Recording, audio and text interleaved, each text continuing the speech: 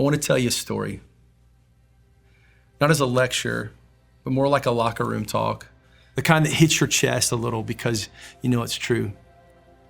You see, this is my son, Frankie. He was born in Haiti with bilateral club feet, both feet turned in. And because he didn't have access to doctors early on, his feet didn't just stay that way, they settled permanently. When we adopted him, he was 3 turning 4, and I remember feeling this weight in the best way, like purpose had landed on my shoulders. Not guilt, not pressure, but calling. Fatherhood does this to a man. It pulls you out of being the center of your own story, and it says your comfort can't be the goal anymore, love is. And love is more than affection. Love is action. Love is presence. Love is consistency. We got him into his journey right away. He had cast up to his hips. No, don't have him. He's good. Go to your chair. Go, Frankie, go. Go, Frankie. He had tendon release surgery, and even after all of that, his right foot was still turning all the way in, so he had to have a full reconstructive surgery. You know, watching your kid go through pain, it changes you, because you can't hype your way through surgery. You can't tough guy your way through fear. All you can do is show up and keep showing up. And Frankie, he went through pain, real pain. He went through frustration, being stuck in casts, wheelchair bound, missing summers of play. And there's this part that people don't always see. When you don't look like everyone else, it can mess with a kid's confidence. It can whisper lies like, you're different, you're less. So we weren't just fighting for his feet, we were fighting for his identity. And here's something I've learned as a father. Your child needs more than your provision. They need your voice. They need you to speak life over them, especially when life is hard. Frankie wasn't just healing physically. He was learning a new language, a new culture, Haitian to American, new rhythms, new experiences, parents that don't look like him, and doing all of that while his body was being rebuilt. That's a lot. And in seasons like that, a father becomes an anchor, not perfect, not polished, steady. And that's where the father's blessing comes in. There's something God wired into fatherhood, the power of a blessing. A father's blessing is more than compliments. It's not hype, it's not flattery. It's when a dad looks at his child and says, I see you, you belong, you're not alone, and I'm proud of you, and you have what it takes. Here's who you are, and here's who you're becoming. The blessing isn't magic, but it's medicine. A lot of sons and daughters aren't starving for money. They're starving for words. They're starving for approval. They're starving for presence. And if you're a dad, you have no idea how much your voice can heal. When Frankie was learning to walk again, when he was frustrated, scared, in pain, what he needed wasn't a speech. He needed a steady voice that kept telling him the truth. You're doing it. I'm right here. When we're not quitting and the pain isn't your future, you're stronger than you feel.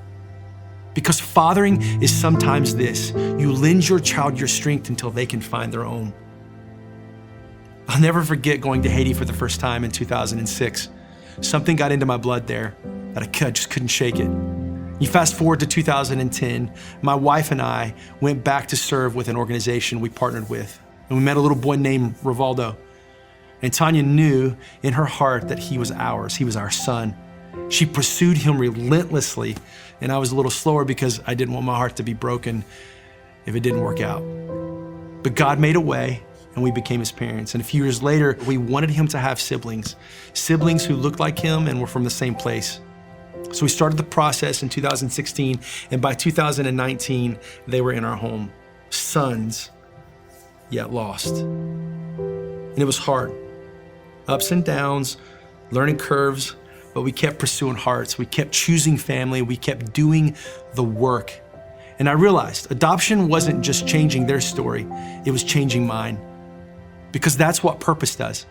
It interrupts your comfort and gives you a mission. And I'm not here to tell you adoption has to be your story, but I am here to tell you this.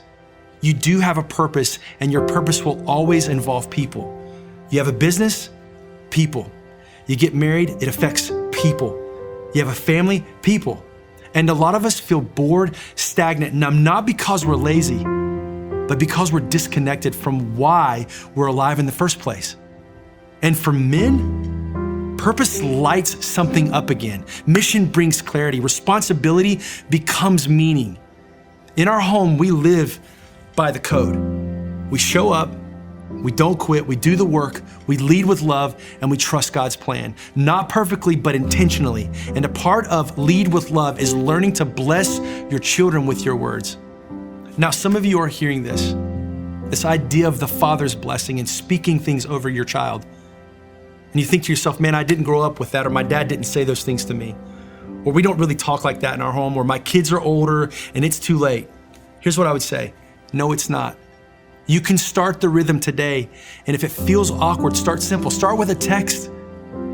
Like, for example, you could simply say, I just wanted to say to you, as your father, I'm proud of you. I see how hard you're trying. You can say, I know we haven't talked in a while, but I think about you all the time, and you matter to me.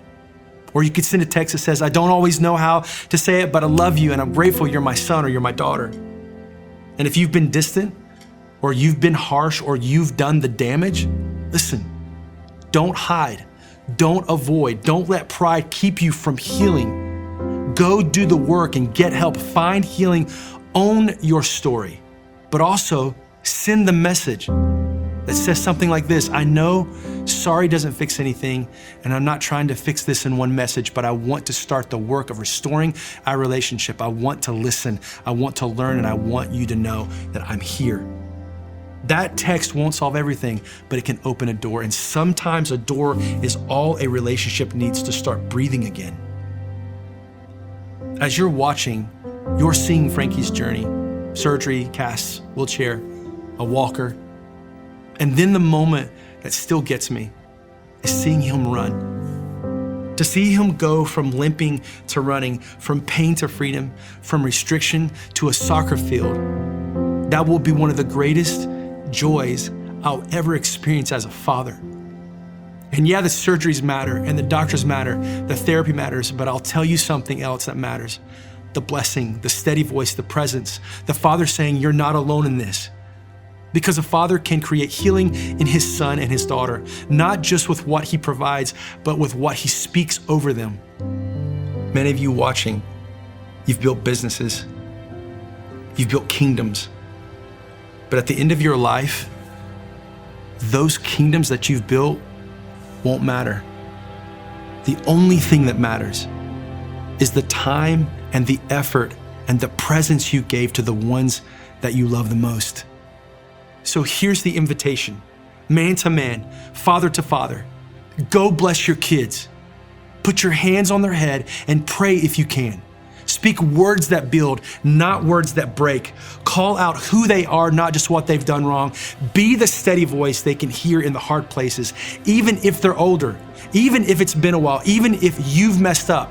You show up, you don't quit, you do the work, you lead with love, and you trust God's plan. Because at the end of the day, your calling, your purpose is going to touch someone else. And there's no currency like watching your child live free.